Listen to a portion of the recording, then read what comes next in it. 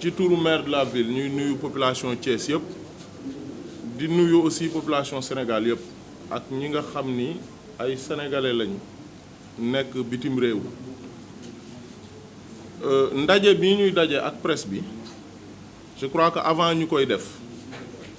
xalaat nañu sax lu yàgg ndax dañu ne woon sax duñ ko def ndax nag depuis mois de mars ñun ci li ñu ne maire de la ville de Thiès bi nga xam ni dafa bokk ci comité départemental bi bu lutte ci Covid-19 bi bokkaale ci comité régional bi ba pare au niveau de la ville de Thiès ñu fiy def lu am solo ci wàllu xeex mbas mi ci loolu la maire Talla Sylla ak conseil bureau de la ville de Thiès bi nga xam ne adjoint yi ñoo ci ne ak conseil de ville de Thiès bi nga xam ni conseil de ville yi ñoo ci ne ci loolu rek la ñu concentré woon fexe aussi ba vraiment suñu doole yëpp suñu xam-xam yëpp suñu xel yëpp ak budget ville de Thiès ak li nga xam ni ay Thiessois ak i sénégalais dañu koy jàppale mairie bi ci wàllu xeex boobu ci wàllu waañu daara yi ci wàllu jënd masque ci wàllu jënd ay kit ay produits de désinfection ak leneen ak leneen ñu concentré wu ci loolu. maintenant nag dafa am benn raasu politicien boo xam ni dañu usé périmé et dépassé par les événements bi nga xam ni bi ñu commencé xeex bi ba léegi seen doole demu ci seen alal demu ci seen xel demu ci seen xalaat demu ci ñu toll ci période bii nag ñu bëgg a détourner nit ñi ci li ñu ne bëgg leen a divertir seen xel nekk rekk ci élection locale yi nga xam ni moom mooy ñëw ci at mi di ñëw te bu ñu waxantee dëgg muy Sénégal muy Thiès di Sénégal di Afrique di àdduna bi tal nañu leneen fi mu toll nii lu dul politique waaye nag dafa am loo xam ni bu ay nit dajaloo wax ko lii wàllu institution bi muy la ville de Thiès bi nga xam ni maire Talla Sylla moo ko jiite mooy jóg indi ay leeral ndax ki nga xam ni dañu ko xam ci turu juge Dème ndax nit ñi noonu lañ ko xamee waaye bu ñu waxantee dëgg nekkatul sax juge ndax nag démissionné na bu yàgg mu nekk ab citoyen thiessois nekk ab citoyen sénégalais nekk koo xam ni aussi dafay politique te bi mu ci duggee yàggul c'est vrai que amul benn expérience moo tax sax yenn erreur yi mu koy def waaye bu jógee wax ànd ak ay nit kuréelu dafa jaadu ville de Thiès jóg taxaw nag indi ay leeral ndax dafa wax ci fànn yu bari benn bi mu wax ci désaffectation wu parcelles yi nga xam ni am na ci commune Thiès Ouest am ci commune Thiès Nord te commune Thiès Ouest njëkkee woon ko après ñu dem ci commune Thiès Nord di wax rek que ci wàllu désaffectation moom légalité procédure bi dañ ko respecté ba mu mat sëkk ndax d'abord am na communiqué bu jàll bu fekkee commune Thiès Ouest la pendant 6 mois pour wax ni nit ñi nga xam ni dañ leen joxoon ay suuf nga xam ci domaine national bi la bokkoon bind ci bu ñu toogee ñaari at ndax c'est des parcelles à usage d'habitation bu ñu toogee ñaari at mettre wuñ ko en valeur mise en valeur nag du dem ci ab parcelle def ci ay onglet wala nga dem ci ab parcelle def fondation bu ndaw wala nga dem ci ab parcelle ñu jox la ko rek nga def ci benn mur bu ndaw dem toogi bu ñu nee parcelle à usage d'habitation dañ la ko jox pour nga dem boo amee sax benn néeg nga def ko ci soo amee sa néegu ñax nga def ko ci dëkke ci te buñ la ko joxee it la vérité mooy dañu lay wax demal nga wuti baay demal nga fay ca mairie ba nga bokk frais de bornage ak leneen te sax baay boobu ñu lay jox dafay wane ni yow suuf si dañ la koo dénk moomoo ko dañ la koo abal ki la ko abal muy nu ñu koy waxati muy nguur muy état bi heure bu ko neexee mën na topp li yoon wax jëlaat ko donc procédure bi moom def nañu communiqué yi ñu war a def yépp wax ni nit ñi nañu approché wu ci domaine approché wu ci cadastre approché wu ci service u état bi ak mairie yi nga xam ni vraiment ñi ngi liggéey ci wàllu woowu ñu def ko 6 mois au niveau de la commune de Thiès Ouest mu am ay réaction ay nit ñëw seeni suuf ñu dem fay seeni frais de bornage def seeni li ñu war a def lépp ñu def ko commencé nag mise en valeur bi dem tabax ko kenn laalul suuf yooyu ñu continuer defaat sax 6 mois pour wane ni procédure bi yàgg na au niveau de la commune de Thiès Ouest am ñeneen ñu réagir après ñu def le recensement à Thiès Ouest bi ñu defee recensement ba pare mayaat nañu nit ñi sax defaat nañu communiqué sax wax ni recensé nañu ba pare mais ñi nga xam ni ba léegi li ñu waxoon defaguñ ko maanaam dem li leen war ci wàllu këyit ñu wut ko li leen war ñu def ko may nañ leen ñu ñëwaat pour que ñu régler problème boobu am ñu ko def am ñu ko deful ñu jël recensement boobu yóbbu ci service domaine yi ak cadastre yi ñu def li ñuy woowee toilettage xool yi ci am demande de bail ñu dindi ne bu bokkul ci désaffectation yi ci am bail ñu dindi ne bokkul ci désaffectation yi ci am titre foncier ñu dindi ne bokkul ci désaffectation yeneen yi nga xam ni yépp nag seeni boroom ñëwuñu parce que ñu bëri ñi ngi wax naan dañu waroon a bind ku ne defal ko mise en demeure ak loolu du loolu la ñu wax ci yoon da ngay def un communiqué bi mooy mise en demeure bi communiqué bi mooy wax nit ñi ne leen dañoo war a ñëw parce que mënoo ñëpp nag nga bind këyit yónnee leen ko seeni këyit ak seeni kër te yenn terrain yi sax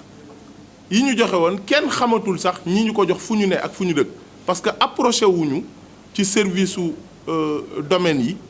pour ñu xam exactement fu ñu dëkk ak ñoom ci li ñu ne bi ñu defee toilettage ba pare ab commission moo daje maire de la ville commune ba ñu boole ko ci receveur des domaines ki jiite cadastre ñëw ki jiite urbanisme ñëw délégué de quartier ba nga xam ni fa lañ koy defee ñëw teew pour représenter population yi ñu ni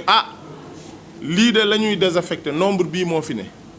ñii ñoo fi defoon ay demande ci demande yooyu nag commission bi souverainement jël ay responsabilités am tànn ay nit jox leen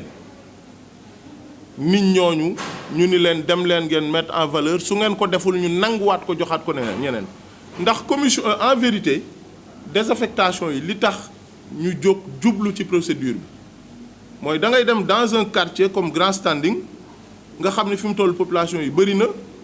nga gis une centaine de parcelles ñu bàyyi ko noonu nit ñi di ci sotti ay mbalit mbaam yi nekk ci ak yeneen mu nekk ay mu am ay problème insécurité dans les quartiers fayuñu foncier impôt sur le foncier non bâti depuis que ñu jox leen terrain yooyu defuñu mise en valeur defuñu dara ñu bàyyi ko fa noonu rek alors que dañ leen ko jox ne leen au bout de 2 ans bu ngeen ko exploité wul dañ koy jël fu mel ni Grand Standing loolu am fa Mbour 3 la même chose Mbour 2 la même chose Mbour 1 la même chose Sud Stade la même chose boo jëlee fu mel ni Thiès Ouest ñu récupérer parcelles yooyu ba pare nag la vérité mooy da ngay gis Thiès par exemple benn nit ne par exemple man am naa alal dem ñi ñu joxoon nga jënd ci ñoom lu mat 20-30 parcelles tabaxoo ko mettre ko en valeur bàyyi ko fa ci koñ ba pendant que d'autres Thiessois ak ñeneen ñi ngi fi soxla fu ñu dëkk te Thiès yaatootul yaatuwaay boo xam ne mën nga leen jox ñoom ñëpp à part la à Mbour 4 bi nga xam ni def nañu demande de déclassement ci sur 400 hectares au niveau de la forêt classée ndax ci 400 hectares yooyu ñu def demande sax am na ci presque 150 yoo xam ni 100 et quelques yi nit ñi tabax nañ ko ba dëkk ci mu am 50 yoo xam ni am na ay peine yu fa nekk ak leneen ak leneen li ci des nag mu nekk entre commune Fandène ak commune bu Thiès ñu bëgg vraiment bu ñu defee déclassement bi demande yi nga xam ni am nañ ko au niveau de la ville de Thiès parce que lu mësul am nag au niveau de la ville de Thiès moo fi am maanaam maire wax population yi ku bëgg a déposer demal déposer foofu la ñu fay am ñu mën cee jox assez de Thiessois ñu am ay parcelles mën a dem fi seen doole toll ñu dem liñ ci mën a tabax vraiment ñoom ñu tabax ko dem dëkk ci te procédure de déclassement boobu ñi ngi ci moo tax bu Ibrahima Dem di wax naan dañuy pàccoo mbuurkat bi mais loo xam ne ci procédure de déclassement lañ toll décret de déclassement bi génnagul il y a eu 2 réunions autour du préfet du département parce que mbuurkat dafa lëj bi ñu defee le recensement y a eu 2500 occupants yoo xam ni bala sax décret de déclassement bi di génn le préfet la ville de Thiès ak service su état bi yëpp nous sommes obligés de faire encore un audit xool loolu ñu présenté ci 2500 yi lan moo ci baax ak lan moo ci baaxul mbeddu 60 mètres bi nekk à Mbourkat am ñu bëri ñoo xam ni dem nañu tabax ko loolu aussi foog ñu régler ko quartier yu bëri ñu dem fatt yoon yi ba kenn amatul foo jaar xam nga loolu aussi foog ñu lijjanti ko donc loolu muy wax ci Mbourkat bi noonu déjà dañu koy balayer d'un revers de main ndax dara amu ci ndax lu ñu déclassé gul mënaguñu jël di ci jox ay nit joxaguñ ci kenn te commission sax dajaloogul pour loolu am beneen bi dañuy jóg par exemple da ngay gis juge Dem il a attaqué wax na ci préfet ne dañu def approbation comme ça nii rek approbation bi déjà mooy mujj la commission moo daje déjà boo gisee fi ñu désaffecté yëpp foo dem dans tous les quartiers yi ñu def désaffectation maison de quartier ba génne nañ ko poste de santé ba génne nañ ko génne nañu fu ñu jox le mouvement nawetaan foo xam ni dañu ko war a tabax génne nañu ay infrastructures yoo xam ni dafa war a am dans le quartier ñu jël ko ber ko avant même ñuy def désaffectation donc fi ñu ko war a teg wax dëgg yàlla teg nañ ko fa noonu li ñu def ouest c'est la même chose la ñu def à Thiès Nord voilà boobu aussi dañ ciy indi ay dañ ciy wax lu leer loo xam ni kenn mënu koo dindi ndax wax nañu ne dafa am bande de terre boo xam ni l'ancien premier ministre Idriss Seck nekkoon maire de la ville dafa prévoir woon pour def fa bois de ville c'était un bon projet au niveau de la ville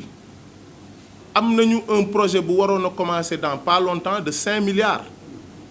pour l'avenue Caen maquette bi présenté nañ ko fii ñu war ko defar mais ba ñu demee ba ca biir la fa ñaari titre foncier génn moo tax li ñuy wax ñoom li Dem di wax vraiment li ma ci metti mooy bu fekkee am na foo jaar bala ngay wax da ngay wut information ba pare nga soog a wax dafa am ñaari titre foncier yu fa ne benn titre foncier bi près de 12 hectares la ñu immatriculé ko le 29 juin 1960 ku tudd Ndiaga Gueye immatriculé ko né en 1902 à Thiès Ndiaga Gueye moom mu cédé parcelle bi à El Hadj Ahmadou Mbacké né à Touba en 1913 mu nekk presque 12 hectares donc loolu titre foncier jàmbur la titre foncier jàmbur titre foncier ñëpp a xam doole bi mu am mais amul lenn loo ci mën a def te neexul borom sa biir kër nit du dem fële am un projet pour tabax par exemple benn appartement ci sa biir kër ne appartement bi dama ko fiy tabax parce que loolu moo doon sama xalaat ci biir kër jàmbur donc ñoom ñu récupérer seen titre foncier boobu beneen titre foncier bi mu taqalool mu nekk près de 3 hectares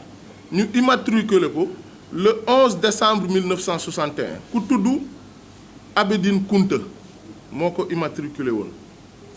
bi mu paree mu jaay ko ku ñuy wax Antoine Coisser en 1963 Antoine Coisser moomu jëlaat le titre foncier jaay ko ku ñuy wax Joseph Fofroli en 1966 Joseph moomu jëlaat titre foncier boobu jaay ko ku ñuy wax Mamadou Cissé le 22 juin 1972 Mamadou Cissé moomu jëlaat titre foncier bi jaay ko le marabout Cheikh Mbacké. Donc c'est deux titres fonciers yoo xam ni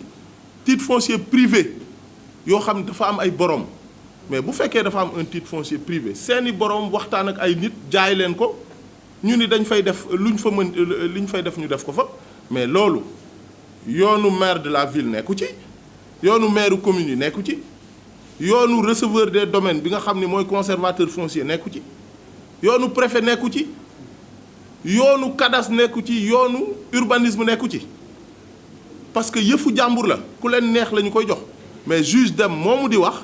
ku demoon biir këram ne ko sa biir kër gi dama fiy tabax sama appartement mais du ko nangu sa biir kër gi dama fiy def bois de ville du ko nangu noonu mu koy bañee ñii nga xam ni ay héritier la ñu moom seen suuf noonu la ñuy bañee ñu jël seen suuf di ci def bois de ville bu ñu ko bañee nag kenn mënatu ci dara ndax seen yëf la ñoom ñoo ko moom. donc foofu vraiment précision boobu laa ni woon dinaa ko ci indi maintenant wax nañu aussi ci lycée technique le lotissement bi nga xam ni moom moo fa am ñu ko fay def bi ma ko dégloo ci suba mais lycée technique bi ñu defee lotissement wu parce que état bi dafa leen fa joxoon 11 hectares boo xam ne waroon nañ fa def centre d'incubation yeneen yi ñu bëgg a def pour agrandir lycée bi ñu def ko fa waa lycée bi moom ko mais yàlla def bi ñuy def lotissement wu ci mandat bële passé bi ñuy def lotissement lycée technique ñu laalaale ci 4 hectares sur les 11 mu def 7 hectares 7 hectares ya sax am na ay spéculation ba lu bëri vraiment manqué ci waa lycée technique am seen projet wut seen promoteur maire de la ville joxe accord am les domaines joxe seen accord le cadastre joxe accord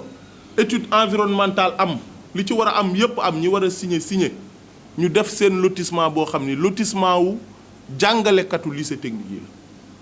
donc loolu aussi dama bëgg que dem xam ni jaar na commission régionale fi mu war a jaar lépp pour que lotissement boobu am jaar na fa ba lépp normal donc vraiment loolu aussi c'est une précision boo xam ni waroon nañ ko ci def. Ensuite il cite le maire de la ville Talla Sylla ci un terrain bu nekk ci Mbour 3 bi jàkkaarloog fi ñuy tabax centre gériatrique bi parce que foofu aussi fi ñuy tabax centre gériatrique bi fi ñuy tabax kër xale yi te mu commencé ndax fi mu toll nii c'est en état de chantier dañuy profiter ci occasion bi au nom du maire de la ville pour remercier et le receveur des domaines et le préfet du département pour seen diligence parce que bu fekkee dañuy tabax ay infrastructures d'utilité publique ndax centre gériatrique nag bu ñu waxantee dëgg magu Thiès yi ak magu yi dëkk li wër Thiès soxla nañu ko ndax nag soxla nañu ñu leen di suturaal te lu ñu am comme maladie dañuy jóge Thiès di daw di dem ba Dakar fondation Sonatel jàppale ñu di ñu tabaxal le centre gériatrique kër xale yi utilité publique la chaque jour ngeen gis bu ngeen génnee guddi gis xale yuy fanaan ci mbedd yi di fa taxawaalu te yóbbuwuñ fa seen bopp ñu tabaxal leen kër goo xam ni dinañ leen fa dugal di leen jàngal di leen tàggat je crois que loolu lu am solo la receveur taxaw ci moom ak le maire de la ville et le préfet du département ba loolu sotti ba mu commencé vraiment ci Thiès daal muy ci désaffectation muy ci lotissement muy ci taxawu ay nit bërki démb rek le mécanicien yi am ay jafe-jafe fële ca zone industrielle ba ñu toog fa amuñu këyit bañ leen fay waaj jële maire de la ville de Thiès moo waxtaan ak receveur des domaines ñu waxtaan ba déggoo ci kàddu ñu daggal fa mécanicien yi lu am solo jël këyit def ko ci turu Revas mi nga xam ni moo leen jiite ci association boobu la ñu bokk te loolu mësul am Thiès. xam nga ci dëkku yoon la ñu ne ba pare dem bu mu ne dañuy saisir yoon parce que ñi mu àndal dans ce combat là da leen di nax au-delà d'être un combat politicien nga xam ni da koy def pour préparer élection locale ndax nag bu ñu waxantee dëgg juge dem jaxaaw gii la dëkk mënu fa dajale juróom-ñaari nit suñu dëkk bii bu fekkee moom rek la suñu waxantee dëgg bu demee élection mënu fi falu maire ba pare ñooñu muy àndal ñooñu déjà ñi ci ëpp ci ñoom bénéficié wu nañu ci lii ñuy wax ci désaffectation yi toog ci wetam ñeneen ñi ci mandat bii passé ñi ngeeg seeni ay attribution ak seeni ay attestation yoo xam ni yor nañ ko ci ay suuf yoo xam ni dañ leen ko affecté woon ñu toog ci wetam moom ensuite juge dem loolu muy def c'est un combat personnel ndax fële ca route de Dakar 2 dafa am benn nijaayam bu ñu fa affecté woon parcelle mettre ko en valeur non tur bi moom duma ko wax parce que vraiment dafa am intégrité nit ñi aussi dañu koy préserver ñu jox ko parcelle bi mu dem jaay ko nit kooku mettre ko en valeur ñu désaffecté parcelle bi ñu désaffecté parcelle bi man mii personnellement juge dem wax na ak man ni ko ñëwal maire yi ñu recevoir la yaag sa nijaay ñu jox leen la bonne information mu ni ma man du ma dugg maire yi ma ni ko xanaa maire bi yow boo ko ci xanaa doo cee soit mu ni ma non j'ai mes raisons yu tax du ma dugg maire yi te pourtant bi muy taxawal parti politique am déplacé wu na dem personnellement seeti Talla Sylla laaj ko ay conseil bi muy lancé son parti son mouvement xaw ma son parti l'autorisation bi ko jox stade bi mais le maire de la ville moo ko signé donc déjà bi ñu ko waxee na ñëw ci maire bi waroon naa ñëw mais par courtoisie man personnellement maa déplacé wu ñu daje masa waxtaan mu présenté ma nijaayam ma ne ko sa nijaay ji nag du exception ndax dañu fi désaffecté ay généraux ay anciens préfets ay anciens gouverneurs ay hauts fonctionnaires yoo xam ne dañu leen jox mettre ñu en valeur sa nijaay bi ci loolu lañ ci loo boobu lañ koy dugal donc le combat qu'il mène là ñooñu muy àndal xamuñu ni en fait dafa ànd ak nijaayam ñu dem déposer plainte fii ci tribunal ba pare mais bu fekkee da ngaa saisir yoon te yow nga bokkoon ci yoon su fekkee nag yaa ngi jóg di porter presse c'est parce que yow wóoluwoo yoon mais ñun muy la ville de Thiès muy les domaines muy le cadastre muy l'urbanisme muy le préfet du département ñi nga xam ne ñoo nekkandoo woon dans cette commission là ñun suñu justice su dëkk wóolu nañ ko ku jàpp ni dañu la léser ku jàpp ni dañu def procédure bi te teguñu ko ci yoon nga dem ci yoon parce que nous sommes dans un pays de droit